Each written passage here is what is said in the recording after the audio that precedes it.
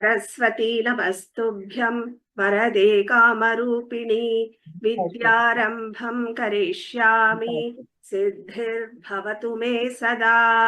गुरुर्ब्रह्मा गुरुर्विष्णुः गुरुर्देवो महेश्वरः गुरुः साक्षात् परब्रह्म तस्मै श्रीगुरवे नमः।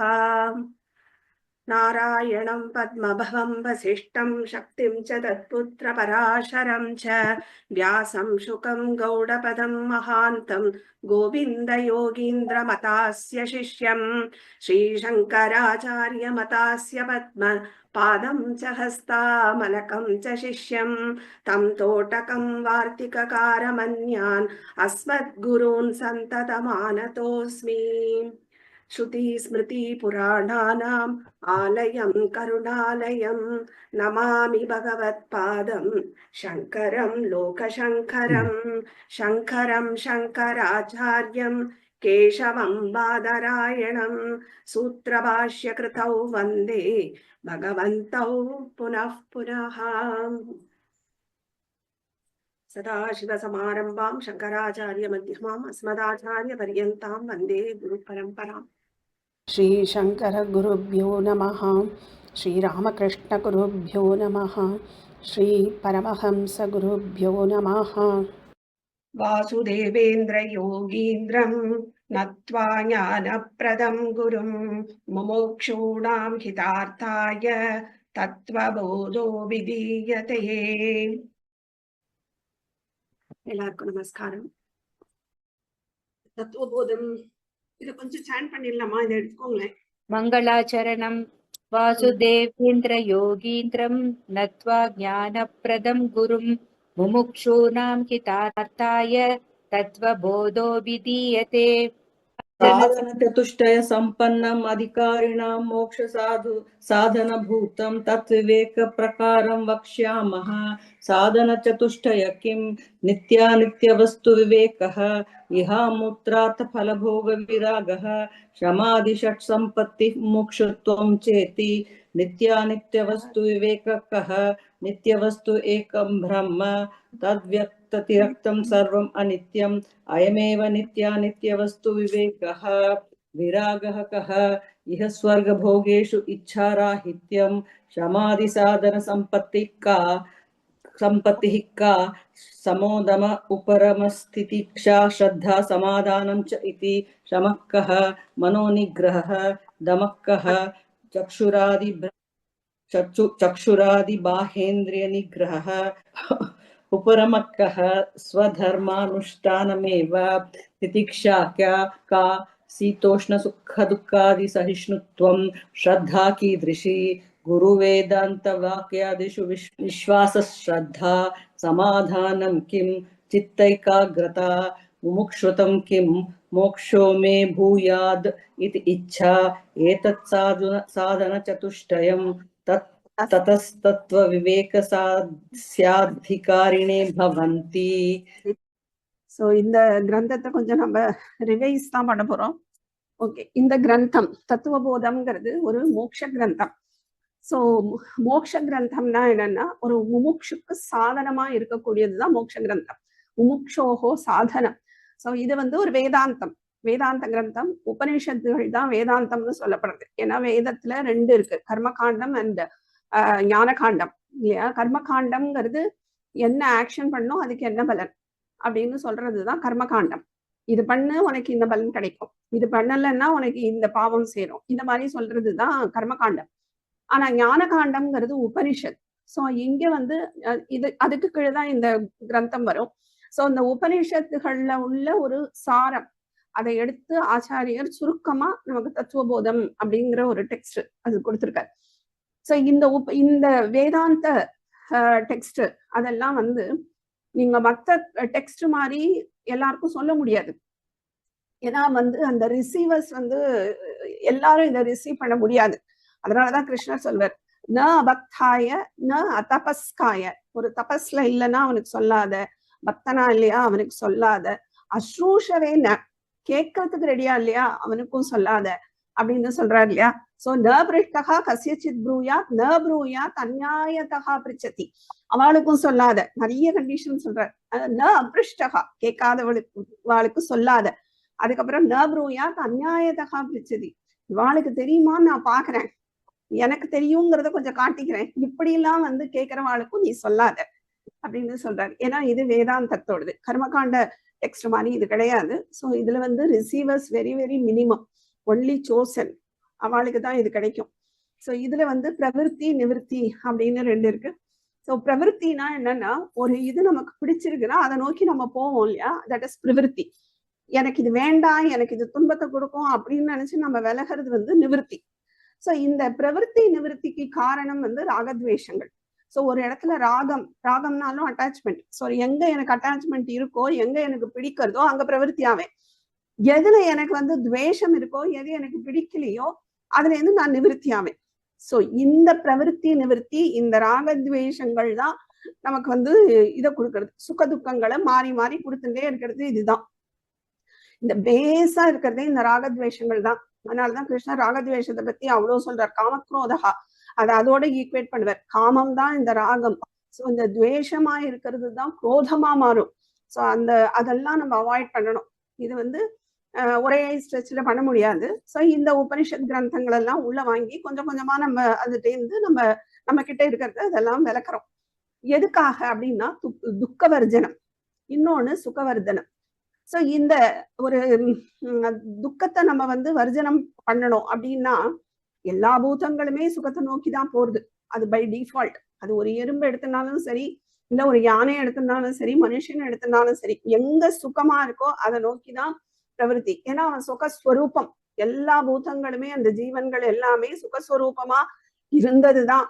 ஆனால் வந்து பல பிறவிகளா இந்த கர்மாவுக்கு ஆட்பட்டு வாசனைகளை வச்சுட்டு வேற வேற சரீரங்களை எடுத்து திருப்பி திருப்பி கர்மாவை சேர்த்துட்டு இப்படி இருக்கிறதுனால இந்த சுகத்துக்கும் துக்கத்துக்கும் ஆட்பட்டு இருக்கு. ஆனா சுகத்தை தேடிதான் போறது. ஆனா எந்த சுகம் நித்திய சுகம்னு தெரியாம அனித்திய சுகங்கள் மேல ஆசை வைக்கிறது பூத்தங்கள். சோ எல்லாமே சுகத்தை தேடிதான், இதுல கிடைக்குமா அதுல கிடைக்குமா, ஏதோ ஒண்ணு சுகம் வேணும். ஏன்னா சுகஸ்வரூபம், அது கிடைச்சிருச்சுன்னா சாட்டிஸ்ஃபை ஆவேன். ஆனா சாட்டிஸ்ஃபை ஆக மாட்டேங்கிறது, ஏன்னா தேடுற இடம் தப்பான இடம்.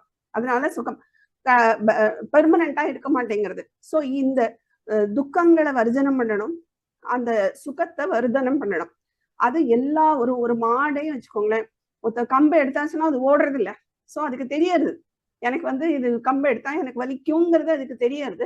சோ அது வந்து துக்க வர்ஜனம், ஒரு துக்கத்துல இருந்து ஓடுறது. சுகவர்தனம் அப்படின்னாக்க ஒரு ஒரு ஒரு சாக்லேட்டோ ஒரு ஐஸ்கிரீமோ இருந்தா அந்த குழந்தை அதை நோக்கி ஓடுறது இல்லை, ஏன்னா எனக்கு சுகமா இருக்கும்னு அது நினைச்சுக்கிறது. இந்த ரெண்டுத்துக்கு இன்னொரு பாவம் இருக்கு, அது உதாசீன பாவம், நியூட்ரலா இருக்கிறது. சோ இந்த சுகவர்தனத்தை நம்ம எப்படி இம்ப்ரூவ் பண்றது? இந்த லௌகீகமா இருக்கக்கூடிய சுகங்கள் வந்து பெர்மனண்டா இல்ல, கொஞ்ச நாளைக்கு சுகத்தை கொடுக்கறது, அதுக்கப்புறம் அது துக்கத்தை கொடுக்கறது. நம்ம லைஃப் ஃபர்ஸ்ட் கிளாஸ் அதான் நான் வந்து எக்ஸசைஸ் கொடுத்தது. உங்க லைஃபை திரும்பி பார்த்துன்னு வாங்க அப்படிங்கும் போது அதுல நிறைய இன்சிடென்ட் நடந்திருக்கும். ஆனா உங்க கிராஃப் இப்படிதான் இருக்கும், சுகம் துக்கம் சுகம் துக்கம் சுகம்.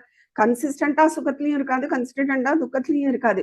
அந்த சுகம் துக்கம் மாறி மாறி வருதுனாலதான் நம்ம ஒரு துக்கத்துல இருக்கும்போது டக்குன்னு நம்மளால வேதாந்தத்துக்கு எல்லாம் வர முடியல. ஏன்னா அடுத்த ஒரு சுகம் வருது, சரி சுகம் வருதே அப்படின்னு உட்கார்ந்துடுறோம். அடுத்த ஒரு துக்கம் வரும், சரி ஓகே இன்னொரு சுகம் வருதே. இப்படி நம்மளை வந்து அலக்களிக்கிறது இந்த ராகத்வேஷங்கள் தான். அதை நம்ம புரிஞ்சுக்கிற வரைக்கும் இதுக்கு ஆட்பட்டே தான் ஆகும்.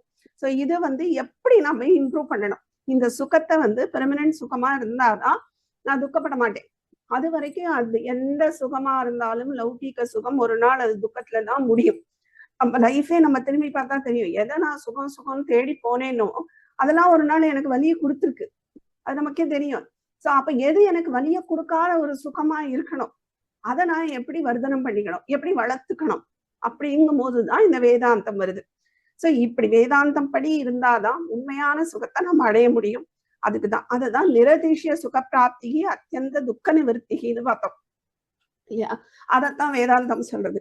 சோ நிரதிஷிய சுகப்பிராப்தி, அந்த ஒரு எக்ஸ்ட்ரீம் ஒரு சுகம் அத்தியந்த துக்க பிராப்தி துக்க நிவர்த்திகி, இந்த துக்கமே துளி கூட இல்லாத ரொம்ப ஹையஸ்ட் ஒரு எக்ஸ்டசி, தட் இஸ் அது தரக்கூடியதுதான் இந்த வேதாந்தம். சோ இத வந்து பிரகரண கிரந்தம்னு சொல்லுவோம். பிரகரண கிரந்தம்னா என்னன்னா சார்பு நூல்னு சொல்லுவோம். அதாவது எல்லாத்தோட ஒரு ஜூஸை எடுத்து உபனிஷத் கிரந்தங்கள்ல இருந்து, உபனிஷத் கிரந்தங்கள்ல எப்படி இருக்கும்னா ஒரு ஒரு ஒரு கண்டினியூஸா இல்லாம அப்படி இருக்கிற மாதிரி இருக்கும். ஸோ அதெல்லாம் எடுத்து அங்கங்க இவர் கண்டினியூஸா ஒரு டெக்ஸ்டா நமக்கு கொடுத்துருக்காரு. அதுதான் இதை வந்து சார்பு நூல்னு சொல்லுவோம். அப்படின்னா என்ன ஆயிடும்னா ஒரு இதை இப்ப இதை படிச்சா இன்னொரு டெக்ஸ்ட் படிச்சாதான் எனக்கு முக்தி, இது பேசிக் டெக்ஸ்ட் போல இருக்கு அப்படின்னு தோணும்.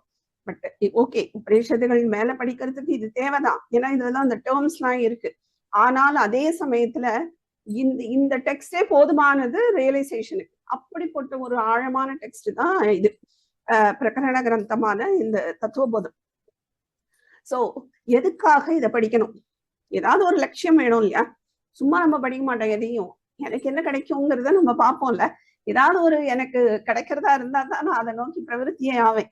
சோ நம்ம இவ்வளவு பேர் இங்க இதை படிக்கிறோம் அப்படின்னா என்ன ரீசன், எனக்கு என்ன ஆதாயம் அப்படிங்கிறத பார்க்கணும் இல்லையா? எனக்கு என்ன ஆதாயம்னா என்னோட லட்சியம் என்ன? என்னோட லட்சியம்ங்கிறது மனுஷ சரீரம் எல்லா பூத்தங்களுக்குமே லட்சியம். ஆனா மனுஷர்களுக்கு தான் அது வந்து சான்ஸ் ஜாஸ்தி. அப்படிப்பட்ட அந்த புருஷார்த்தம் அதுதான் லட்சியம். சோ ஏன்னா அர்த்தம் அப்படின்னா 3 வகையா அதுக்கு மீனிங் சொல்ல முடியும். அர்த்தம்னாலே மீனிங். அர்த்தம் சொன்னா அது வந்து மீனிங்னா இப்ப ஒரு ஸ்லோகம் இருக்கு, அதுக்கு வந்து அர்த்தம் சொல்லுங்க அப்படின்னு நம்ம சொல்லுவோம் இல்லையா? That is meaning. அதுக்கும் அர்த்தம் தான் பேரு. இன்னொரு அர்த்தம் என்னன்னா தன சம்பாதனம், அதுக்கும் அர்த்தம் தான் சொல்லுவோம். இன்னொன்னு அர்த்தம் இருக்கு, என்ன லட்சியம், அதுக்கும் அர்த்தம்ங்கிறத சேர்த்துப்போம். இப்ப நீ வந்து கோவிலுக்கு போறியே எதுக்காக அப்படின்னு கேட்டா, நான் வந்து தேவதர்ஷனார்த்தம், அந்த அர்த்தம் தேவதர்ஷனம் தான் அங்க எனக்கு லட்சியம். அப்ப அந்த இடத்துலயும் வந்து அர்த்தம்ங்கிற வேர்டு வரும். சோ இந்த இடத்துல புருஷார்த்தம் அப்படின்னா இந்த புருஷர்கள்னா மேல்னு எடுத்துக்கூடாது, எல்லா ஜீவர்களுக்கு. சோ இந்த மனுஷர்களோட லட்சியம் அப்படிங்கறத சொல்றதுதான் இந்த புருஷார்த்தம்ங்கிறது. சோ இந்த புருஷார்த்தம் வந்து 4 விதமா சொல்றோம்: தர்ம, அர்த்த, காம, மோட்சம். சோ இந்த எப்படி தர்மம்னா என்ன, அதுக்கு நிறைய தர்ம சாஸ்திரமே இருக்கு நம்மளோட சனாதன தர்மத்துல. எனக்கு அவ்வளவுலாம் தெரியாது, நான் அதெல்லாம் படிக்கல அப்படின்னா கூட ஒரு பேசிக் தர்மம், எனக்கு நான் வந்து எப்படி ஃபீல் பண்ணுவேனோ, ஒரு எனக்கு இதெல்லாம் கிடைச்சா நான் நல்லா ஃபீல் பண்ணுவேன் அப்படின்னா அதை நம்ம மத்தவங்களுக்கு செய்யணும். எதெல்லாம் எனக்கு பெயினை கொடுக்குமோ அதை நான் மத்தவங்களுக்கு செய்ய விடுறோம். இது வந்து வெரி வெரி பேசிக் தர்மம். சோ இந்த பேசிக் தர்மத்தை நம்ம ஃபாலோ இது எல்லாருமே ஓரளவு நம்ம ஃபாலோ பண்றவாதான். ஏன்னா நமக்கு சுத்தமா தர்மமே தெரியாது அப்படின்லாம் யாரையுமே நம்ம சொல்ல முடியாது. ஏன்னா நமக்கு தர்ம சாஸ்திரங்களை நம்ம படிக்காம இருக்கலாம், பட் பேசிக் தர்மம் நம்ம ரத்தத்துல கலந்துதான் இருக்கு. யாரையுமே ரொம்ப அன்னெசரியா ஹர்ட் பண்ணக்கூடாது அப்படின்லாம் நினைச்சுப்போம். பட் நமக்கு ரொம்ப இது உள்ள வேதாந்தத்துல வராததுனால சில இதை போட்டு நம்ம ஹர்ட் பண்ணிடுவோம் தான். பட் பேசிக்கா ஒரு எண்ணம் இருக்கு, மத்தவங்களை வந்து துன்புறுத்தக்கூடாது அந்த மாதிரி நினைச்சுட்டு இருக்கோம் இல்லையா? சோ இந்த மாதிரி ஒரு தர்மம் அது வந்து நம்ம ரத்தத்திலேயே கலந்து இருக்கு.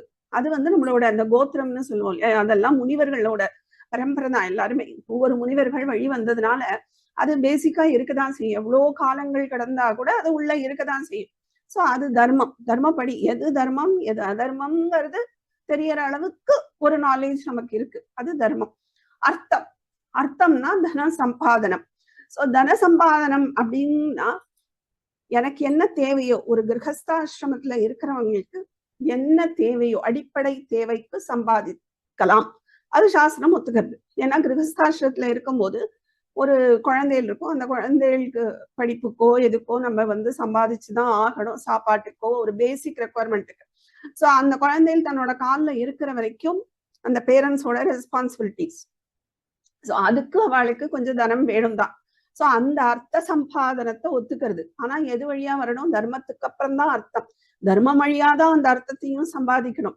மாத்தி உள்டாவா இருக்கக்கூடாது. நான் ஃபர்ஸ்ட் அர்த்தத்தை சம்பாதிச்சுக்கிறேன், அப்புறம் தர்ம வழியில நடக்கிறேன் அப்படின்னா இல்லீகல் ஆக்டிவிட்டிஸ்ல நிறைய நான் சம்பாதிச்சுட்டு நான் தர்மமும் பண்றேன் அப்படின்னு சொன்னா அதை ஒத்துக்கிறதே கிடையாது சாஸ்திரம். அதனால தர்மப்படி அர்த்தத்தை சம்பாதிக்கணும்.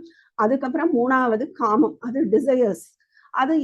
அது வந்து அர்த்தத்துக்கு மேல உள்ளது. சோ இந்த டிசையர்ஸ் வந்து எடுத்துன்னு சொன்னா, இது நான் வீடு வாங்குறது, கார் வாங்குறது, இதுக்கு ஒரு எல்லையே கிடையாது. இதை நான் வந்து சாட்டிஸ்ஃபை பண்ணாதான் அடுத்து நான் மோட்சத்துக்கு போவேன் அப்படின்னு நம்ம டிசைட் பண்ணோம்னா அலை ஓஞ்சு நான் கடல்ல குளிக்கிறேன்னு சொல்ற மாதிரிதான். அது சான்ஸே கிடையாது. சோ இந்த காமம் நிறைவேறதுக்கு முன்னாடி கண்டிப்பா நம்ம வந்து இந்த லௌகிகத்துல இருக்கிறவாளுக்கு வேதாந்தம் வரத்துக்கு சான்ஸே இல்லை. ஏன்னா காமத்துல ரொம்ப இருப்பா. காமம்னா டிசையர்ஸ், ஆசைகள். சோ ஆசைகளை பூர்த்தி பண்ணிட்டு வரேன், நான் ஒரு 60 வயசுக்கு மேல வரேன், நான் ஒரு 70 வயசுக்கு மேல வரேன் அப்படின்னு சொல்லுவா. அப்பவும் இந்த காமத்துல இருக்கிறவாளுக்கு சில டிசையர்ஸ் விட முடியாது. அப்படியே வரணும்னு நினைச்சா கூட அதுக்கு ஆயுசு இருக்கா நமக்குங்கிறது அடுத்த கேள்வி இல்லையா? சோ காமம் நிறைவேறதுக்கு முன்னாடி நம்ம உடலை விடுறோம்னு வச்சுக்கோங்க. ஒரு மனுஷன் வந்து காமத்துல இவ்வளவு சம்பாதிக்கணும் அவ்வளவு சம்பாதிக்கணும்னு நினைக்கிறான். ஆனா அதுக்கு முன்னாடி உடலை விட்டுட்டான்னா திருப்பி என்ன பண்ணுவான்? திருப்பி அந்த வாசனையா ஸ்டோர் ஆயிருக்கும். திருப்பி பிறக்கணும், திருப்பி தர்ம அர்த்த காம, திருப்பி பிறக்கணும், தர்ம அர்த்த காம. இந்த மூணுத்திலேயே தான் சுத்தின்னு இருப்போம். இதை தாண்டி மோட்சம்னு ஒண்ணு இருக்கு அப்படிங்கிறது சில பிறவிகள் அவன் கண்டினியூஸா ஒரு தர்ம காரியங்களை பண்ணி, அது தேவதா காரியங்களை பண்ணி, அந்த மாதிரி வரவங்களுக்கு மட்டும்தான், சில பேருக்குத்தான் சில பிறவிகள்ல தான் இந்த சான்ஸே கொடுக்கப்படுறது. அந்த நாலேஜே வரும். ஓ இப்படி ஒண்ணு இருக்கா அப்படிங்கிற தெரிஞ்சுக்கிற ஒரு இன்ஃபர்மேஷன் கிடைக்கிறதே ஒரு பெரிய பிளஸ்ஸிங். அதுவே மனிதர்களுக்கு எல்லாருக்கும் கிடைக்காது. மனுஷ பிறவியில தான் சாத்தியம். ஆனா எல்லா மனுஷர்களுக்கும் கிடைக்குமான்னு கேட்டா கிடைக்காது. சில பேருக்கு தான் அது கொடுக்கப்படுறது. சோ இதுதான் இந்த புருஷார்த்தம்ங்கிறது. சோ இதை தாண்டி நம்ம வந்து வேதாந்தத்துக்கு வரணும். அதுல வந்து நம்ம எது நிரதிசய சுகம்ங்கிறத நோக்கி நம்ம போகணும். சோ இதுதான் புருஷார்த்தம். இந்த புருஷார்த்தம் அதாவது லட்சியம். இந்த மோட்சம்ங்கிறது மனுஷனுக்கு மட்டும்தான் வந்து ஒரு சான்ஸே கொடுக்கப்படுறது. இப்போ ஃபார் எக்ஸாம்பிள் அனிமல்ஸ் இருக்குன்னு வச்சுக்கோங்களேன். ஒரு நாய் இருக்குன்னா கொஞ்ச நாள் நான் நாயா இருந்துட்டேன், இனிமே நான் சிங்கமா மாறிக்கிறேன் அப்படின்னு சொல்ல முடியாது. ஒரு சிங்கம் நான் இவ்வளவு நாள் சிங்கமா இருந்துட்டேன், இனிமே கொஞ்சம் நாயா இருந்துக்கிறேன் அப்படின்னு தன்னை மாத்திக்கவே அதால முடியாது. இந்த மைண்ட் ஃபுல்லா அவளுக்கு ப்ரோக்ராம்டு மைண்ட். இது இப்படிதான், அது கடைசி வரைக்கும் அப்படிதான் இருக்கும். அதுக்கு வந்து அந்த சாய்ஸே கொடுக்கப்படலை. ஆனா மனுஷனுக்கு மட்டும்தான் சாய்ஸ் இருக்கு. நம்மளே சொல்லுவோம், இப்ப இவ்வளவு நாள் ரொம்ப கோபமா இருந்தாலும் இப்ப மாறி போயிட்டாரே எப்படின்ட்டு. மாத்திக்கலாம், அது அவன் கையில தான் இருக்கு. ஒசந்தும் போலாம், தாழ்ந்தும் போலாம், இல்ல ஆர்டினரியாவும் இருக்கலாம், எல்லாம் அவன் கையில தான் இருக்கு. அது அந்த சாய்ஸ் வந்து மனுஷனுக்கு மட்டும்தான். சோ எங்க சாய்ஸ் இருக்கோ அங்கதான் விடுதலை, அங்கதான் மோட்சம்.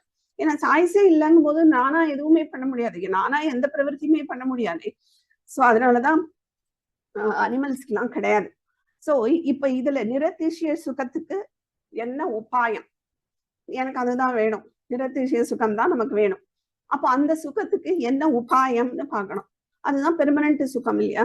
அந்த பெர்மனன்ட் சுகத்துக்கு என்ன உபாயம்? ஞானம் தான் உபாயம். ஞானம் வந்தா தான் அந்த பெர்மனன்ட் சுகம் கிடைக்கும். சோ நம்ம ஒரு செயல் பண்றோம், அதுல இருந்து நமக்கு புண்ணியம் வருது, அதுல இருந்து நமக்கு வந்து சுகமும் வருது, துக்கமும் வருது. இப்படி நம்ம வந்து இதுலயே நம்ம இருக்கோம் வச்சுக்கோங்க. இந்த சுகம் அல்லது துக்கம் எப்போ பாவத்தை பொறுத்து புண்ணியத்தை பொறுத்து வந்துட்டே இருக்கும் இல்லையா? இந்த நாலேஜ் இல்லைன்னா நாம வந்து என்ன பண்ணுவோம்? இந்த சுகத்தை நோக்கி போவோம், படுற துன்பத்தை வாங்கிப்போம், திருப்பி சுகத்தை நோக்கி போவோம். இப்படிதான் நம்ம பண்ணிட்டு இருப்போம்.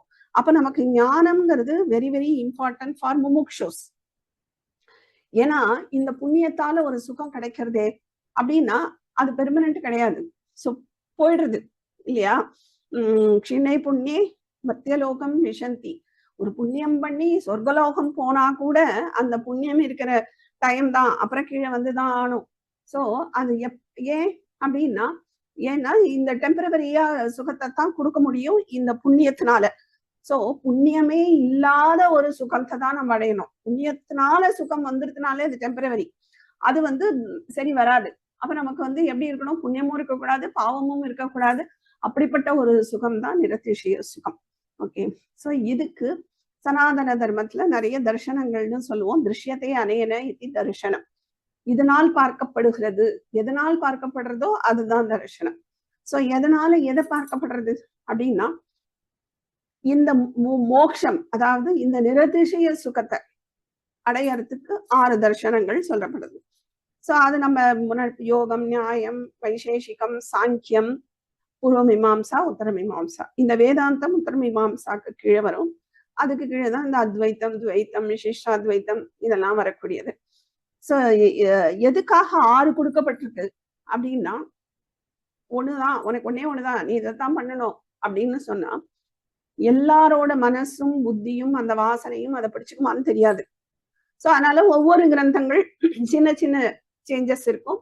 6 தர்ஷனங்கள். உனக்கு எது வாக்கா இருக்கோ, உனக்கு எது பிடிச்சிருக்கோ, உன்னோட வாசனைக்கு எது ஆப்டா இருக்கோ, அந்த ஒரு கிணத்துல கயர் போடுறான்னா விழுந்துட்டான், கயர் போடுறான்னா உன்கிட்ட உள்ள கயரை பிடிச்சுக்கோ, அதுக்காக போடுறதுதான். அது மாதிரி 6 தர்ஷனங்கள்ல உனக்கு உன்னோட மனசுக்கு எது சூட்டபிளா இருக்கு அதை எடுத்துக்கோ. நாட் பை பர்த், அதுக்காக தான் கொடுக்கப்படுறது.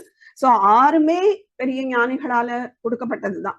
அதனால எதுவுமே குறை கிடையாது, எதுவுமே தப்பு கிடையாது. சோ எல்லாத்துக்கும் நமக்கு வந்து ஒரு லட்சியம்னு ஒண்ணு இருக்கும். இப்போ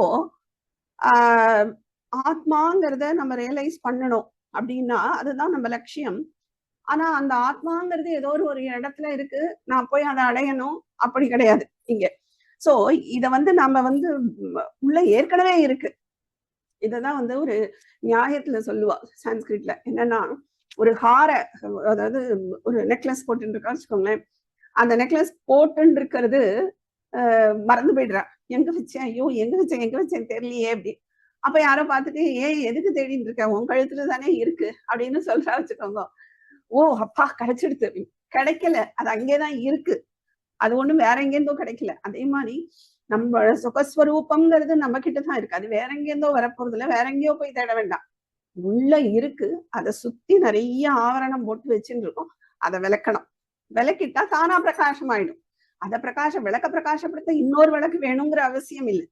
அதை சுத்தி நம்ம வந்து, நான் ஒரு எக்ஸாம்பிள் கிளாஸ்ல சொன்ன மாதிரிதான். இப்போ ஒரு விளக்கு ஒரு இருட்டு ரூம்ல இருக்கு, அதை சுத்தி நான் ஒரு கூடை போட்டிருக்கேன், அதுக்கு மேல இன்னொரு ஒரு குடத்தை போட்டு கவுத்தி வச்சிருக்கேன், இப்படி நிறைய ஆவரணங்களை போட்டிருக்கேன். பிரகாசமே சுத்தமா இல்லை, ஒரே இருட்டா இருக்கு ரூம். ஆனா எனக்கு வெளிச்சம் வேணும்னு ஆசைப்படுறேன்.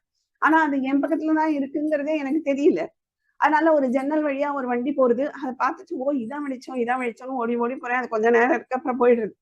அப்போ ஒருத்தர் வந்து எனக்கு சொல்றார், உங்ககிட்டதான் இருக்கு, அதை எடு அப்படின்னு. சோ நான் ஒன்னொன்னா எடுக்க இந்த ரூமே பிரகாசம் ஆயிடுறது, அவ்வளவு வெளிச்சமா இருக்கு. அதுதான் குரு வந்து காமிக்கத்தான் முடியும்.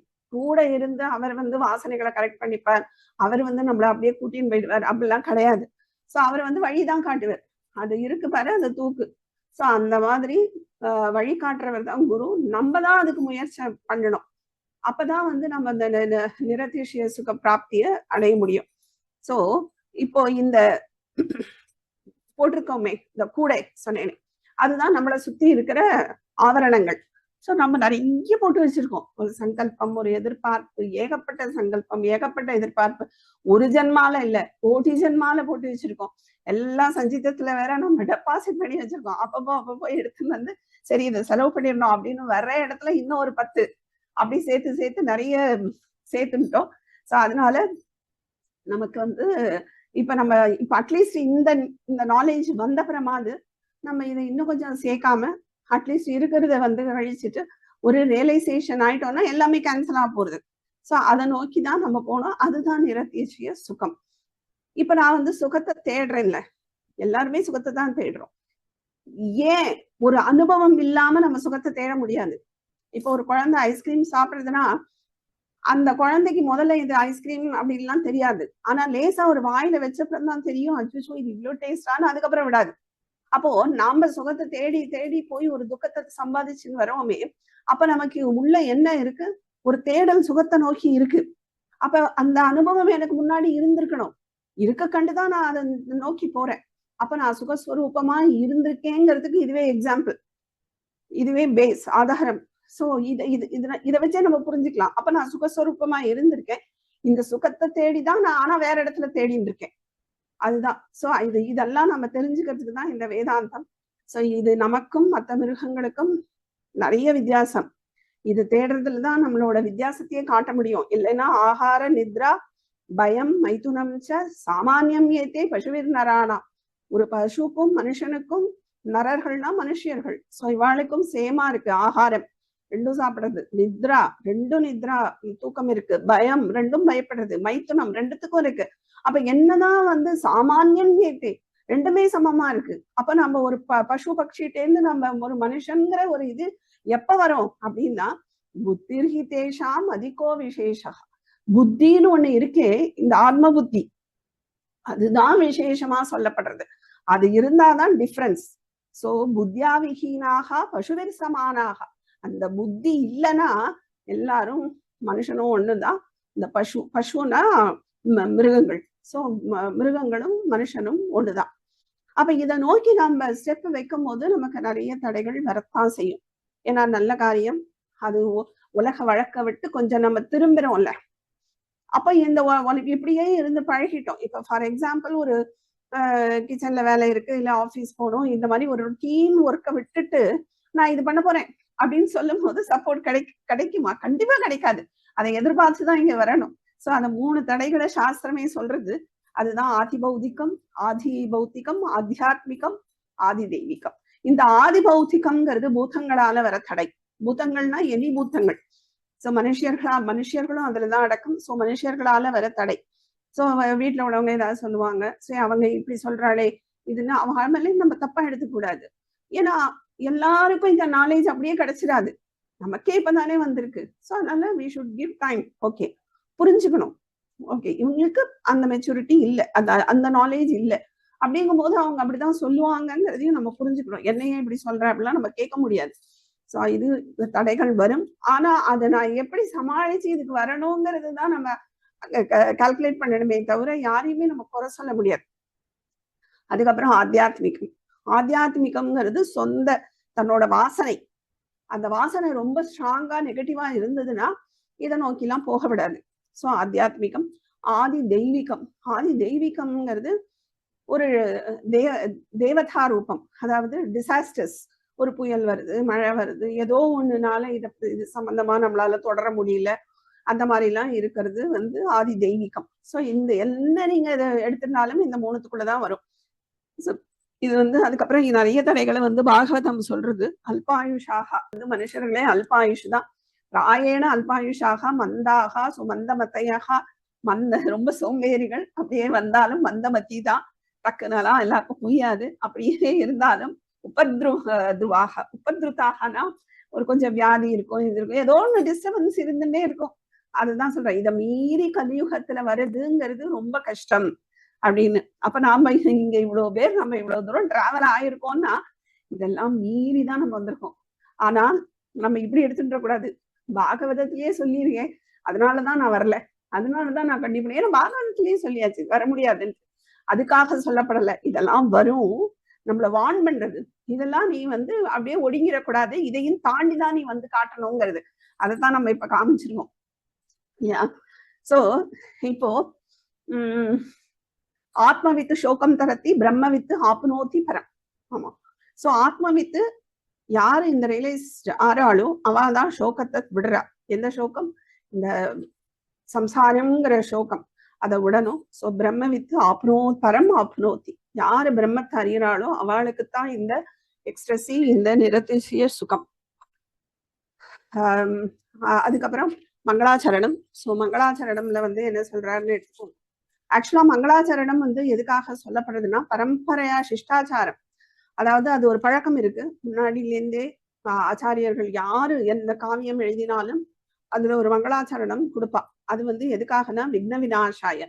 ஒரு விக்னங்கள் அவ எழுதுறவாளுக்கு விக்னம் வரக்கூடாது, படிக்கிறவாளுக்கும் விக்னம் வந்துடக்கூடாதுங்கிறதுக்காக அதுக்காக எழுதுறது. அதுக்கப்புறம் ஸ்ரேயஸ் காமகா.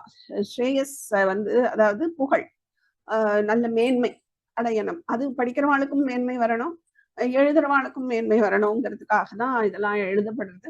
அதுல 3 டைப் இருக்கு. இஷ்ட தேவதா நமஸ்காரம், அதுக்கப்புறம் ஆசீர்வாதாத்மகம், வஸ்து நிர்தேசாத்மகம். சோ தேவதைகளை பத்தி எழுதுறது, இல்ல ஆசீர்வாதமா எழுதுவா, மங்களம் பெருகட்டும் அந்த மாதிரி எழுதுவா. அப்படி இல்லைன்னா வஸ்து நிர்தேசா, ஏதாவது ஒரு வஸ்துவை எடுத்துட்டு அதை வச்சுட்டு மங்களம் பண்றது. சோ நமக்கு வாசுதேவேந்திர, நம்மளோட மங்கள ஸ்லோகம் வாசுதேவேந்திர யோகீந்திரம் நத்வாஞான பிரதம் குரும் முமுக்ஷூணாம் தாத்தய தத்துவமோதம் கீதை. இதுல என்ன சொல்றாருன்னா இது நமஸ்காராத்மகம். ஏன்னா நத்வான பதம் இருக்கு. சோ வணங்கின்னு வந்திருக்கிறது. யார வணங்கி அப்படிங்கிறது வரணும் இல்லையா? சோ குருவை வணங்கி, குரும் நத்வா. என்ன மாதிரி குருனா ஞானப்பிரதம், ஞானத்தை கொடுக்கக்கூடியவர். வாசுதேவேந்திர யோகீந்திரம், யோகிகளுக்கெல்லாம் இந்திரம், தலைவன். சோ வாசுதேவகா, வசுதேவசிய புத்திரஹா பத்தியம் புமான் வாசுதேவகா.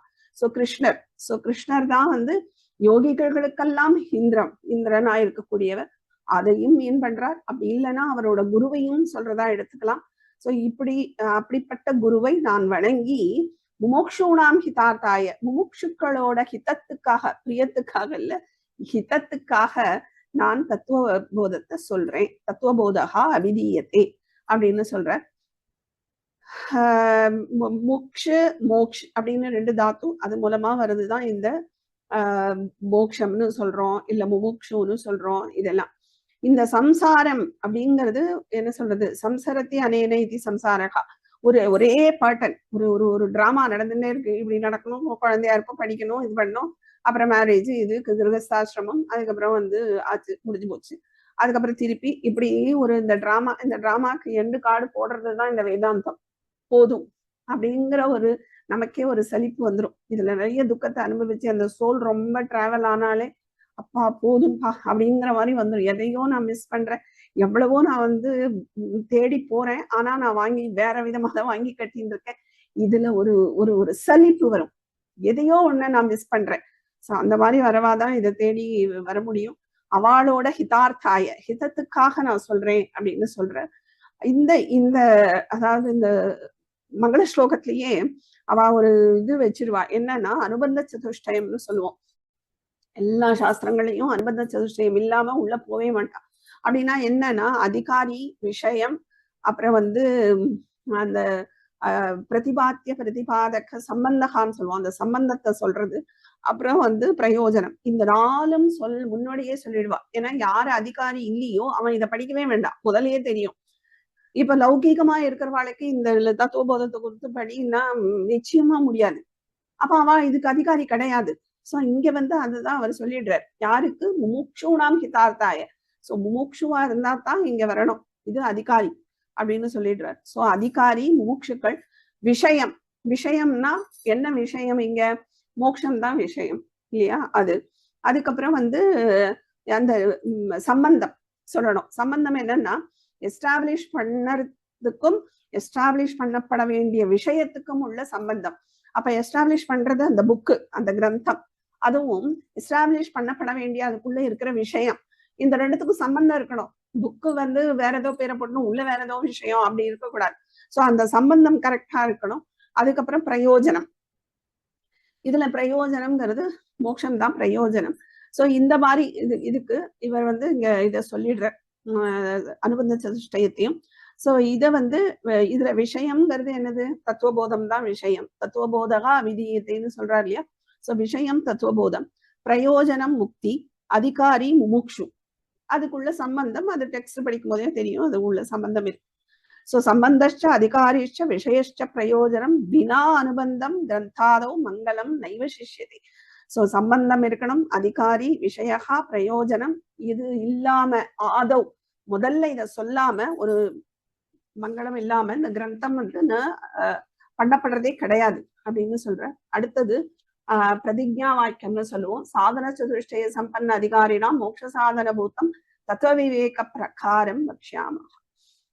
சோ 4 இன்ஸ்ட்ருமெண்ட் சொல்றார். சாதனம்னா இன்ஸ்ட்ருமெண்ட், 4 இன்ஸ்ட்ருமெண்ட். இப்ப ஒரு இடத்துக்கு நான் போகணும் அப்படின்னா எனக்கு சாதனம் இல்லாம முடியாது. ஏதோ வண்டி வேணும், இல்ல நடந்தாது போக கால் வேணும், ஏதோ ஒண்ணு வேணும். அப்பதான் ஒரு இடத்துல இருந்து இன்னொரு இடத்துக்கு போக முடியும். அப்போ இந்த சாதன சதுஷ்டயம்ங்கிறது சம்பன்ன அதிகாரிகளுக்கு. இந்த சாதனம் அப்படிங்கிறது 4 சொல்ற. இந்த 4 சாதனம் இருந்தா தான் மேல போவே முடியும் அப்படிங்கிறதுக்காக இதை சொல்ற. சோ அந்த சம்பன்ன அதிகாரினாம், சம்பத் அப்படின்னா சொத்து, அதை கொண்ட அதிகாரிகள், அவாதான் அதிகாரி. யாரு அதிகாரி? இந்த 4ஐயும் சொத்தாக உடையவர்கள் தான் அதிகாரி. எந்த 4ங்கிறது அப்புறம் சொல்ற இந்த சாதன சதுஷ்டயத்தை. சோ இந்த சதுஷ்டயத்தை, சாதனமா இருக்கக்கூடிய இந்த சதுஷ்டயத்தை யாரு சொத்தா கொண்டிருக்காளோ அவாதான் அதிகாரி. அந்த அதிகாரிகளுக்கு மோட்சத்தை கொடுக்கக்கூடிய தத்துவ விவேக பிரகாரம், தத்துவ விவேகம்ங்கிற ஒரு மெத்தடாலஜிய நான் சொல்றேன் அப்படின்னு சொல்றேன். சோ தத்துவ விவேகம்னா என்ன? தத்துவ விவேகம்னு சொல்றாரு. அந்த தத்துவ விவேக மெத்தடாலஜிய சொல்றேன்னு அப்படின்னா என்ன அப்படின்னா, இந்த விச்ன்னு ஒரு தாத்து இருக்கு, விச் பிருத்தக் பாவே அப்படின்னு, அதாவது பிரிச்சு அறியறது. அதுக்குதான் நம்ம விவேகம்னு சொல்றோம். இப்போ ஏதோ ஒண்ணுல ஒண்ணு கலந்துருக்கு. இப்போ ஒரு அரிசியில ஒரு ஏதோ ஒண்ணு எள்ளோ ஏதோ ஒண்ணு கலந்துருக்குன்னு வச்சுக்கோங்களேன், நம்ம பிரிச்சுத்தா அப்படின்னு சொல்லுவோம். அப்ப பிரிக்கணும்னாலே அதுல ஏதோ ஒண்ணு கலந்து இருக்குன்னு தானே அர்த்தம். அப்ப பிரித்து அறிதல் அப்படின்னா எதுல இருந்து எதை பிரிக்கணும், ஏதோ ஒண்ணு தத்துவத்துல கலந்துருக்கு, அத அத்தத்துவம், அந்த அத்தத்துவத்தை நம்ம பிரிக்கணும். சோ அதுதான் வந்து விவேகம்னு சொல்றோம். இந்த தேவையானதுல தேவையில்லாதது கலந்துருக்கு, அதை பிரிச்சுட்டா அந்த ரிமைனிங் இருக்கிறது தான் நமக்கு தேவையானது தத்துவம். சோ அதுதான் இவர் வந்து விசாரம்னு சொல்லுவோம். அவிச்சாராத்து கிருத்தகா பந்தகா விசாராத்து சம்சார நிவர்த்தி. சோ இந்த விசாரம் இல்லைன்னா அவிச்சாராத்து கிருத்தகா பந்தகா, பந்தம் தான் ஏற்படுமே தவிர அந்த பந்தம்ங்கிற முடிச்சு அவுக்கவே முடியாது. ஆனா விசாராத்து சம்சார நிவர்த்தி, விசாரம் இருந்ததுன்னா இந்த சம்சாரம்ங்கிற ஒரு கட்டை நம்ம வந்து கடந்துடலாம். அதுதான் சொல்றேன். சோ நீங்க வந்து நம்ம அதுக்கப்புறம் இதுல எல்லாம் நம்ம நிறைய எக்ஸசைஸ் எல்லாம் பார்த்தோம் கிளாஸ்ல, அதுல நீங்க அதுல பார்த்தா உங்களுக்கு தெரியும். சோ இந்த ஃபர்ஸ்ட் சொல்றார் நித்திய அனித்திய அறிவை பத்தி சொல்றார். நித்யானித்திய வஸ்து விவேகா. சோ நித்தியம் என்ன அனித்தியம் என்னங்கிறத நம்ம பிரிச்சு அறியணும், அதுதான் விவேகம். சோ இந்த நமக்கு வந்து நித்தியம், ஆத்மாதான் நித்தியம், மற்றதெல்லாம் அனித்தியம் அப்படின்னு இவர் ஒரு வரியில சொல்லிடுவார். நித்திய வஸ்து ஏக்கம் பிரம்ம, ஏக்கம் ஒண்ணுதான், அது பிரம்மம் தான் நித்திய வஸ்து. ஆனா தத் வத்திரிக்தம் சர்வம், அதை விட்டுட்டு எல்லாமே அனித்தியம். அயமேவ நித்யானித்திய வஸ்து விவேகான்னு சொல்ற. சோ நம்ம அப்போ எப்படி அதெல்லாம் அனித்தியம், நமக்கு நித்தியத்தை தெரியாது, நம்ம நித்தியம் எக்ஸ்பீரியன்ஸ் கிடையாது, நித்தியத்தை பத்தி நம்ம நாலேஜும் இப்ப கிடையாதுன்னு வச்சுக்கோங்க. எப்படி தெரிஞ்சுக்கிறது? வெறும் டெக்ஸ்ட்ல அப்படி சொல்லியாச்சுன்னா நம்ம அப்படியே போய் படிச்சு எக்ஸாம் எழுதுற மாதிரி கிடையாது. அப்ப நம்ம புரிஞ்சுக்கணும். அப்போ ஃபர்ஸ்ட் நம்ம அனித்தியம் என்னன்னு கண்டுபிடிச்சிட்டா அதை ரிமூவ் பண்ணிட்டாலே இருக்கிறது எஞ்சி இருக்கிறது நித்தியம் தான். நித்தியத்தை பத்தி தெரியணுங்கிற அவசியம் கிடையாது, அனித்தியத்தை பத்தி தெரிஞ்சுட்டா போறோம். அப்போ அனித்தியம்னா என்ன அப்படின்னா, நம்மளை சுத்தி இருக்கிற எல்லாமே அனித்தியம்னு சொல்றாரு. ஏன் அனித்தியம் அப்படின்னு ஒரு கேள்வி வரும்ல. ஏன் அனித்தியம், ஏன் அனித்தியம்னு சொல்லணும்? ஏன்னா இது அழிஞ்சு போயிடுது அதனால அனித்தியமா? அப்ப கொஞ்சம் நமக்கு நிலையானதா தெரியற இந்த இயற்கைகள் இருக்கு, மரங்கள் இருக்கு, ரொம்ப வருஷம் பல வருஷமா இருக்கு, சூரியன் இருக்கு, அப்ப நிறைய வந்து வெகு காலம் இருக்கக்கூடிய வஸ்துக்கள்லாம் இருக்கு. அப்ப அதெல்லாம் நித்தியமோ அப்படின்னு நமக்கு தோணும். அப்ப எதனால அதெல்லாம் அனித்தியம்னு இவர் சொல்றாருன்னு நம்ம தெரிஞ்சுக்கணும் இல்லையா? சோ அதுக்கு 4 தோஷங்களை வச்சு நம்ம பிரிச்சு பார்க்கணும் எதெல்லாம் அனித்தியம்னு. சோ அனித்தியமா இருந்தா அதுக்கு பிராதானியம், 4 தோஷங்கள் பிராதானியமா இருக்கான்னு பார்க்கணும். அப்புறம் எக்ஸ்பைரி இருக்கா இல்லையாங்கிறத பார்க்கணும், நம்மளை கண்ட்ரோல் பண்றதா இல்லையான்னு பார்க்கணும், அப்புறம் பூர்ணத்துவமா இருக்கா, கம்ப்ளீட்னஸ் இருக்கா அப்படிங்கிறத பார்க்கணும். இந்த 4ல ஒண்ணு இருந்தா கூட அது அனித்தியம் நித்தியத்தோட கேட்டகரியில வராது. சோ பிராதானியம் அப்படின்னா என்னன்னா, இப்போ நான் ஒரு பெண்ணு தான் எழுதின்னு இருக்கேன்னா அதுதான் எனக்கு எப்பவும் பிராதானியமா இருக்கணும் அப்படி இல்லை. எனக்கு வேற ஏதாவது ஒரு ஸ்கெட்ச் கொண்டு வந்தா எனக்கு அதுக்கு போய்டுறது பிராதானியம் இல்லை. வேற ஏதாவது ஃபாரின்ல இருந்து இன்னும் காஸ்ட்லி பென் வாங்கி வந்தா நான் இதை போட்டுட்டு நான் அதை எடுத்துக்கிறேன் அப்படின்னா பிராதானியம் இந்த பெண்ணுக்கு போயிடுறது. அப்ப இந்த பெண்ணு வந்து அனித்தியம். ஸோ ஒரு எக்ஸாம்பிளுக்கு எக்ஸ்பைரி டேட் பார்க்கணும். எல்லாம் எதெல்லாம் சேஞ்ச் ஆகிறதோ, மாற்றம் இருக்கோ அதெல்லாம் அனித்தியம். அப்ப எக்ஸ்பைரி இருக்கிறது, மாற்றம்ங்கிறது இருக்கு அப்படின்னாலே அது அனித்தியம். அப்ப ஏதோ நம்ம சாப்பிடுற பொருள் ஆகட்டும், நம்ம யூஸ் பண்ற வஸ்துக்கள் ஆகட்டும், எல்லாத்துக்கும் ஒரு எக்ஸ்பைரி டேட் இருக்கு. சில இதுக்கு ஒரு நாளா இருக்கலாம் நம்ம குக் பண்ண ஐட்டங்களுக்கு, இல்ல சில இந்த கட்டில் இதுக்கெல்லாம் வந்து நீங்க பார்த்தீங்கன்னா ஒரு பக்கெட்டு, ஒரு ஜன்னல் இதெல்லாம் நம்ம பார்த்தோம்னா ஒரு நாள் 2 நாள்ல எக்ஸ்பைரி இருக்காது, ஆனா கண்டிப்பா எக்ஸ்பைரி தான் இல்லையா? ஒரு வீடே இருந்தா ஒரு 50 இயர்ஸ்க்கு அப்புறம் அதை இடிச்சு மாடிஃபை தான் பண்ணி ஆகணும். அப்ப எல்லாத்துக்கும் ஒரு எக்ஸ்பைரி இருக்கு. ஆனா அந்த இயர்ஸ் வேணா டிஃபர் ஆகலாமே தவிர கண்டிப்பா எக்ஸ்பைரியோட தான் இருக்குங்கிறத நம்ம ஒன்னொன்னுத்தையும் ஆராய்ஞ்சு பார்க்கணும். அப்ப இதுல எக்ஸ்பைரி இருந்தாலே அல்லது மாற்றம் இருந்தாலே அது வந்து அனித்தியத்துலதான் வரும். இப்போ ஒரு பூமி நிரந்தரமா, அது எப்பவும் இருக்கே அப்படின்னா அதுலயும் உள்ள கடல்கள் எல்லாம் மாறிண்டே இருக்கு. கடல் தண்ணி இன்னைக்கு பக்கத்துல இருந்துன்னா நாளைக்கு உள்ள வாங்கி எடுத்துங்கிறா. இந்த மாதிரி பூமிகள் சில இது கடலுக்குள்ள போயிடுத்து, மாற்றங்கள் இருந்துட்டே இருக்கு இல்லையா? சோ அதெல்லாம் வந்து கண்டிப்பா அப்போ அனித்தியம் இல்லையா? அப்போ சூரியன் அதெல்லாம் எடுத்துட்டோம்னா சூரியன் எல்லாமே பிரளயத்துல ஒடுங்குறதா சொல்றது. அதுக்கு பிரமாணம் வேணும். எல்லாத்தையும் வந்து நம்ம அப்படி எடுத்துக்க முடியாது, எப்பவுமே பிரமாணம் இல்லாம ஒத்துக்கவே முடியாது.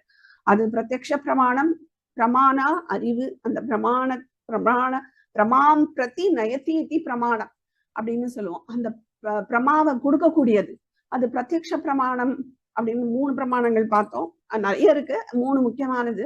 பிரத்யக்ஷ பிரமாணம், அனுமான பிரமாணம், சப்த பிரமாணம். பிரத்யக்ஷ பிரமாணம்னா என்னன்னா நம்மளோட இந்திரியங்கள் மூலமா ஒரு அறிவு நமக்கு டைரக்டா உள்ள போறது. இப்ப இந்த கம்ப்யூட்டர் இருக்குன்னா இத கம்ப்யூட்டர்ங்கிறத நான் என்னோட இந்திரியம் மூலமா தெரிஞ்சுக்கிறேன். ஒரு அறிவு உள்ள போறது. அப்படின்னா ஒரு பூ இருக்கு, அதை நான் பார்த்த உடனே அதோட கலர் தெரிஞ்சிருது, அதோட வாசனை உடனே தெரிஞ்சிருது, தொட்டு பார்க்கறேன் அது மிருதுவா இருக்கான்னு தெரியாது. இதெல்லாம் பிரத்யக்ஷ பிரமாணம். அனுமான பிரமாணம்னா என்னன்னா இது இப்படி இருந்தா கண்டிப்பா அங்க ஒண்ணு இது இப்படி இருக்கும் அப்படின்னு நம்மளா அனுமானிக்கிறது. அது அனுமான பிரமாணம். அதுவும் ஒத்துக்கொள்ளப்படுறதுதான். ஏன்னா முன்னாடி ஒரு அறிவை வச்சுன்னு தான் நம்ம டிசைட் பண்றோம். அதுக்கு நிறைய எக்ஸாம்பிள் பார்த்தோம். இப்ப மழை ஈரமா இருக்குன்னா மழை பெஞ்சிருக்கு அப்படின்னு நம்ம சொல்றோம். ஏன்னா எனக்கு அறிவு இருக்கு, முன்னாடியே நான் இதை அனுபவிச்சிருக்கேன். மழைன்னு ஒண்ணு பெஞ்சா அந்த ஃபுல்லா ஈரமா இருக்குங்கிற அறிவு இருக்கிறதுனால நான் அதை அனுமானிக்கிறேன். இது அனுமான பிரமாணம். சப்த பிரமாணம்னு இருக்கு. சப்த பிரமாணம்னா என்னன்னா வேதங்கள், சாஸ்திரங்கள் இதெல்லாம் ஒரு பிரமாணமா எடுத்துக்கப்படுறது. சோ இங்க வந்து எனக்கு எக்ஸ்பைரி டேட் இருக்கு. இந்த இது நித்திய அறிவு பார்த்துட்டு இருக்கோம் இல்லையா? சோ பிராதானியம் எனக்கு இருந்ததுன்னா எப்பவுமே இருக்கணும் பிராதானியமா. அப்படி இல்லைன்னா அது அனித்தியம். அப்புறம் எக்ஸ்பைரி மாற்றம்னு இருந்துட்டாலே அதுவும் அனித்தியம். அடுத்தது கண்ட்ரோல், என்ன கண்ட்ரோல் பண்றதாங்கிறத நான் பார்க்கணும் இல்லையா? சோ இப்போ ஒரு என்ன சொல்றது, ஒரு காஃபி இருக்கு, இல்ல ஒரு சில பேருக்கு ஸ்வீட் பிடிக்கும்.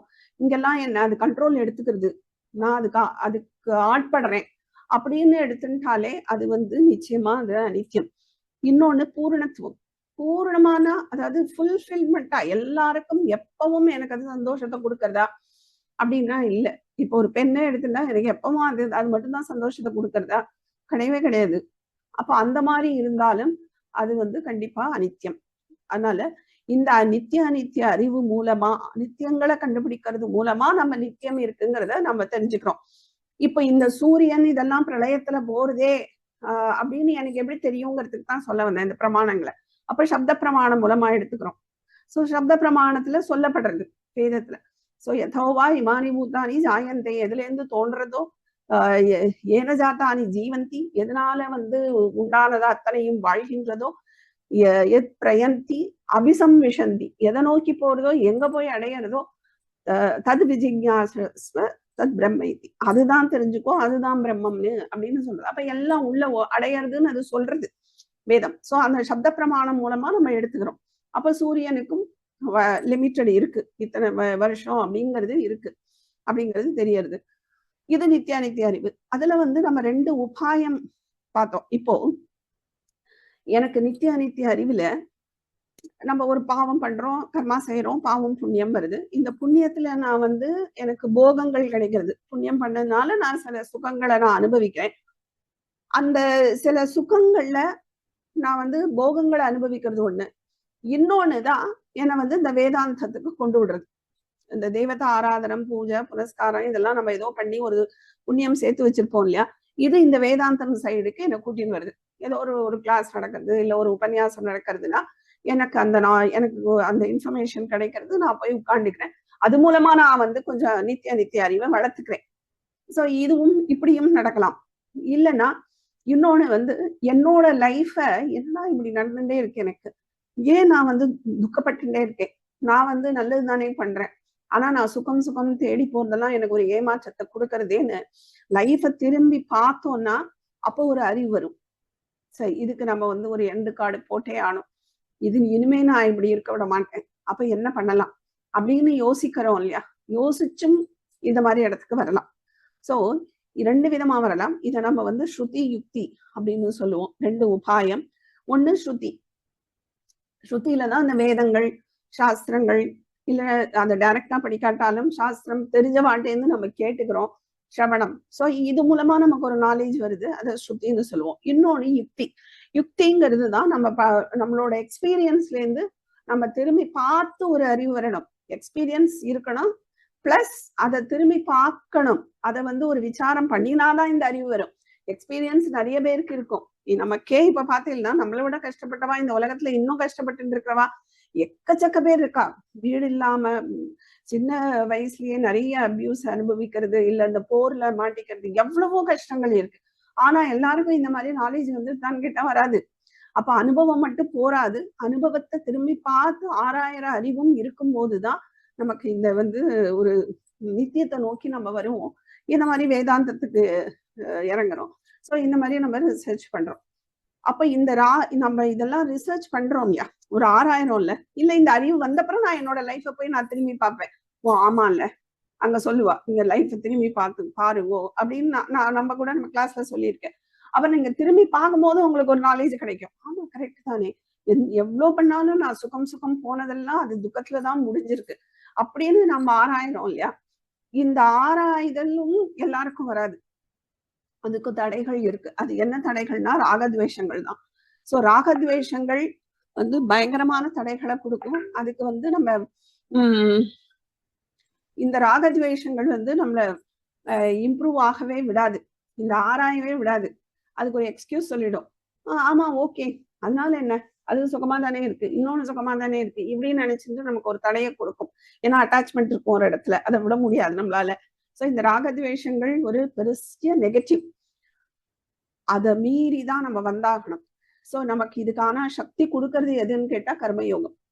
கர்மயோகமா ஒண்ணு பண்ணும்போது அதுதான் நமக்கு இதுக்கு சக்தியே கொடுக்கும். ராகத்வேஷங்களை மீண்டு வரத்துக்கு இந்த நித்திய அனித்திய அறிவை அந்த பிரிச்சு ஆராய்ஞ்சு அது அனித்தியம்ங்கிறத தெரிஞ்சுக்கிறதுக்கு இதுக்கெல்லாம் நமக்கு கர்மயோகம் இஸ் வெரி வெரி இம்பார்ட்டன்ட். அப்புறம் கிராட்டிடியூட், அதுவும் நம்ம பார்த்தோம். So gratitude is also very important. அப்போ நம்ம இவ்வளோ நமக்கு கொடுத்துருக்காங்கிறதே முதல்ல இல்லாம நம்ம குறைப்பட்டுட்டே இருப்போம். அப்ப நம்ம ஃபர்ஸ்ட் கிராட்டிடியூட் பண்ணும்போதுதான் நமக்கே தெரியும், ஓ இவ்வளவு கொடுத்துருக்கான் எனக்கு அப்படிங்கிறது. ஸோ ஒன்னொன்னுத்துக்கும் கிராட்டிடியூட் பண்ணணும். இன்னைக்கு இப்போ இந்த கிளாஸ்க்கு வந்திருக்கோமோ கிராட்டிடியூட். எத்தனை பேரால வர முடியாம இருந்திருக்கலாம், எத்தனை பேரால அட்டன் பண்ண முடியாம இருந்திருக்கலாம், இல்ல வேற ஏதாவது வீட்டுல சம்பவங்கள் இருக்கலாம், எது வேணா தடைகளா இருந்திருக்கலாம்.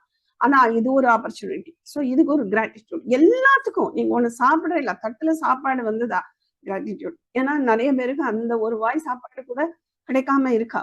அதனால gratitude is very very important. So பாசிட்டிவா நமக்கு நினைச்சது நடந்ததா, ஈஸ்வரனுக்கு கிராட்டிடியூட்.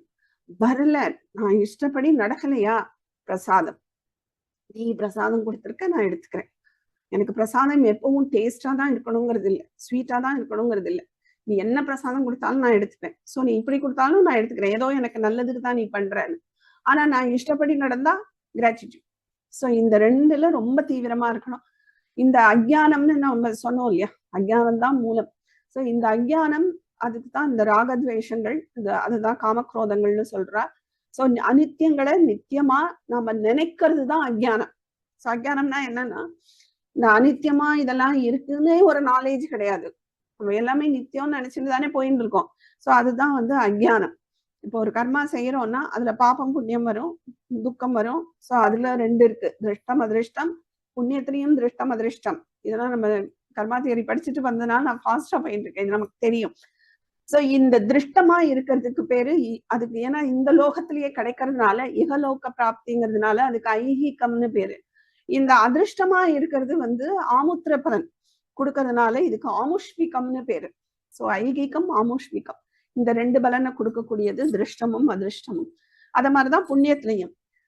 சோ இந்த புண்ணியங்கள் தான் உங்களுக்கு சாஸ்திர சிரவணத்தை கொண்டு போய் விடும். சாஸ்திர சிரவணத்தினாலதான் நமக்கு நம்ம அனலைஸ் பண்றோம், லைஃப் ரீஅனலைஸ் பண்றோம். ஸோ அதுல ஒரு நாலேஜ் கிடைக்கிறது, நித்திய அனித்திய அறிவு வருது.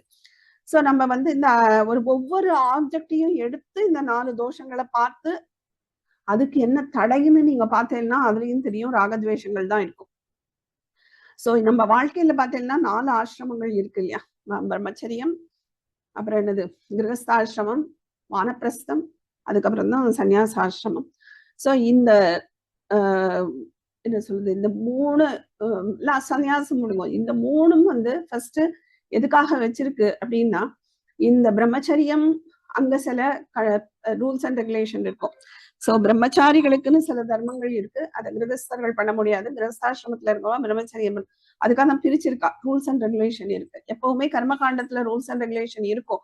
ஏன்னா இதுதான் இது ஒண்ணும் அல்டிமேட் இல்லையே, வேதாந்தம் தானே அல்டிமேட், எதுக்கு ரூல்ஸ் அப்படி சொல்ல முடியாது. ஏன்னா எல்லாரோட வாசனைகளும் வேதாந்தத்துக்கு வராது. அப்ப இங்க இருக்கிறவா நிறைய நம்ம பாப்புலேஷனே இங்கதான். அப்படிங்கும் போது இங்க ஒரு ரூல்ஸ் அண்ட் ரெகுலேஷன் இல்லைன்னா இங்க பயங்கர கன்ஃபியூஷன் வரும், ஒரு தர்மப்படியே இருக்காது. ஸோ இங்கேயும் தர்மப்படி இருக்கணுங்கிறதுக்காகத்தான் நமக்கு இந்த ரூல்ஸ் அண்ட் ரெகுலேஷன். ஸோ நம்ம எல்லாமே நிலையற்றதுங்கிறது தெரிஞ்சுக்கணும், இந்த 4 தோஷத்துக்குள்ள வரணும். சோ இன்னொன்னு நமக்கு இதுல என்ன தெரியறதுன்னா, இந்த நிலையற்றதுன்னு ஒண்ணு இருக்கும் போதே, சோ நிலையற்றதுன்னு பார்த்துன்னு வரோம். அப்ப நிலையற்றதுன்னு இருக்கும் போதே நிலையானது ஒண்ணு இருக்குங்கிற அறிவு வருது. ஏன்னா இதையும் நான் வந்து நம்ம லைஃப்ல பார்த்திருக்கோம். ஒரு இயக்கங்கள் இருக்கு. இப்ப சூரியன் சுத்தி அந்த கோள்கள் இயங்குறது, உலகமே இயங்கின்னு இருக்கு, பூமி சுத்துறது, இதெல்லாம் ஒரு இயக்கங்கள் இருக்குன்னா அதுக்கு நிலையான ஒண்ணு, இயக்கம் இல்லாம ஒண்ணு இருக்கணும். அதை வச்சுட்டுதான் இதுகள் இயங்கவே முடியும். அதுக்கு எக்ஸாம்பிள் நம்மளோட ட்ரெயின் இது பார்த்த தண்டவாளம் இருக்குன்னா, தண்டவாளம் நிலையா இருந்தா தான் அது மேல ட்ரெயின்ங்கிற இயக்கமே இருக்கும் இல்லையா? சோ அந்த ஒரு ராட்டு சுத்துறதுன்னா அந்த அச்சுங்கிறது நடுவுல நிலையா இருக்கணும். அதுவும் சுத்தி இருக்குன்னா ஒண்ணும் பண்ண முடியாது. அது மாதிரி தண்டவாளம் நகர்ந்துருக்குன்னா ஒண்ணும் பண்ண முடியாது. ஸோ இந்த நிலையா இருந்தா தான் அதை சுத்தி நிலையற்றதுகள் இயங்கவே முடியும். அப்ப இந்த நிலையற்றதுகள்லாம் ஒரு இயக்கத்துக்குள்ள இருக்குன்னா அப்ப நிலையான ஒண்ணு இருக்குங்கிறது இதுல தெரியறது. சோ நித்திய அனித்திய அறிவுல என்னெல்லாம் நாலேஜ் வருதுங்கிறத நோட் பண்ணிக்கோங்க. சோ நிலையற்ற ஒரு பொருள் இருக்கு. அந்த நிலையற்ற பொருளாலதான் வந்து என்ன சரி நிலையான பொருள் இருக்கு, அதை வச்சுட்டு இந்த நிலையற்றதுகள் இயங்குறது. அப்ப இந்த நிலையற்றதுகள் வந்து நிலையற்ற சுகத்தை தான் கொடுக்க முடியுமே தவிர நிலையான சுகத்தை அதுகளால கொடுக்க முடியாது. அந்த சக்தி அதுகளுக்கு கிடையாது. ஓகே, இப்போ வந்து ஒரு கரண்ட் இருக்கு, அதெல்லாம் பார்த்தோம் நம்ம இல்லையா? கரண்ட் இருக்குன்னா கரண்ட் இஸ் காமன், எல்லா இன்ஸ்ட்ருமெண்ட்டுக்கும் போகும். சரி, கரண்ட் தான் இருக்கேன்னு எல்லாம் இயங்கணுமேனா எல்லாம் இயங்காது. அதாவது வாஷிங் மிஷினுக்குள்ள பார்ட்ஸ், அது வாசனைப்படி. இப்ப நமக்கு ஒரு மனுஷனுக்கு சொல்றேன், ஸோ அந்த வாசனைங்கிறது அந்த பார்ட்ஸ் அதெல்லாம் கரெக்டா இருந்தா தான் இந்த கரண்ட்டை வச்சுக்கிட்டு அது இயங்க முடியும். கரண்ட் டைரக்டா யூஸ் பண்ண முடியாது. அப்போ நமக்கு அதுக்கு இன்ஸ்ட்ருமெண்ட் வந்து அதை வச்சுன்னு தான் நம்ம வந்து பிரயோஜனப்படுறோம் இல்லையா? சோ அத மாதிரிதான் இந்த பிரம்மங்கிறது நிலையானதா இருக்கு. அது நம்ம பார்க்கவோ இது பண்ணவோ முடியாட்டாலும் அந்த பேஸா வச்சுட்டுதான் மற்றது இயங்குறதுங்கிறத தெரிஞ்சுக்கணும். சோ இதுதான் நித்திய அறிவு. நிலையற்றதுகள் இருக்கு, அது ஆனா நிலையானது ஒண்ணு சுத்திதான் இந்த நிலையற்ற இயக்கமே நடந்துட்டு இருக்குங்கிறத தெரிஞ்சுக்கணும். அடுத்தது விராகத்தை பத்தி சொல்றார். விராகக்கஹா. விராகம்னா என்ன? விராகம்னா டெஃபினிஷன் என்ன சொல்றார் அப்படின்னா, இக ஸ்வர்கபோகேஷு இச்சாராகித்யம். சோ இந்த உலகம், இந்த உலகமாக இருந்தாலும் சரி, சொர்க்கமா இருந்தாலும் சரி, அந்த போகங்கள்ல, சோ இந்த லோகத்துல உள்ள போகம் வேற லோகங்களுக்கு போகும்போது அங்க கிடைக்கிற ஒரு போகம், இந்த போகங்கள் எல்லாம் இருக்கக்கூடிய இச்சா, அத ராகித்யம் விடணும் அப்படின்னு சொல்றார். சரி, இந்த லோகத்துல நமக்கு வந்து ஓகே, கார் வாங்கலாம், அது வாங்கலாம், ஒரு வீட்டுக்கு 2 வீடு வாங்கிக்கலாம், 4 வீடு வாங்கிக்கலாம், இல்ல இந்த மாதிரி ஒரு 3 ஜெனரேஷனுக்கு சேர்த்து வைக்கலாம். இந்த மாதிரி ஒரு போகத்துக்கு நம்ம ஆசைப்படுறோம். ஆனா வேற இதுல எனக்கு தெரியாதே போகங்கள் அப்படின்னா கூட மறைமுகமா நம்ம அந்த போகத்தை நோக்கி இயங்குறோம். இது பண்ணக்கூடாது, இது பண்ணினா எனக்கு வந்து என்னோட ஆத்மா சரியா டிராவல் ஆகாது, எனக்கு அங்க எதுக்கு தேவலோகம் போகணும், அதெல்லாம் ஆசைப்படுறா இல்லையா? தேவலோகத்துல வந்து அது தட்ஸ் நாட் அல்டிமேட், முக்தி கிடையாது. ஆனாலும் எதுக்கு போனோம்? அங்க போனா வந்து நல்ல வந்து நோயே வராதாம், ரொம்ப நாள் வாழலாமா, சந்தோஷமா வாழலாமா, அங்க ரம்பா உருவசிலாம் டான்ஸ்லாம் ஆடுவாளாம், இந்த மாதிரிலாம் ஏதோ வச்சுட்டு இருக்கா. சோ அங்க போய் ஒரு போகத்தை அனுபவிக்கணும், அதுக்குதான் ஆசைப்படுறது ஜீவன். சோ அதெல்லாம் வந்து அறியாமை. சோ இந்த லோக போகங்களையும் விடணும், மேலுலகங்களுக்கு போய் நான் போகம் அனுபவிக்கிறேங்கிற எண்ணத்தையும் விட, அதை நோக்கி இங்க சில செயல்கள் செய்யறாளே, சோ அதுவும் கூடாதுங்கிற.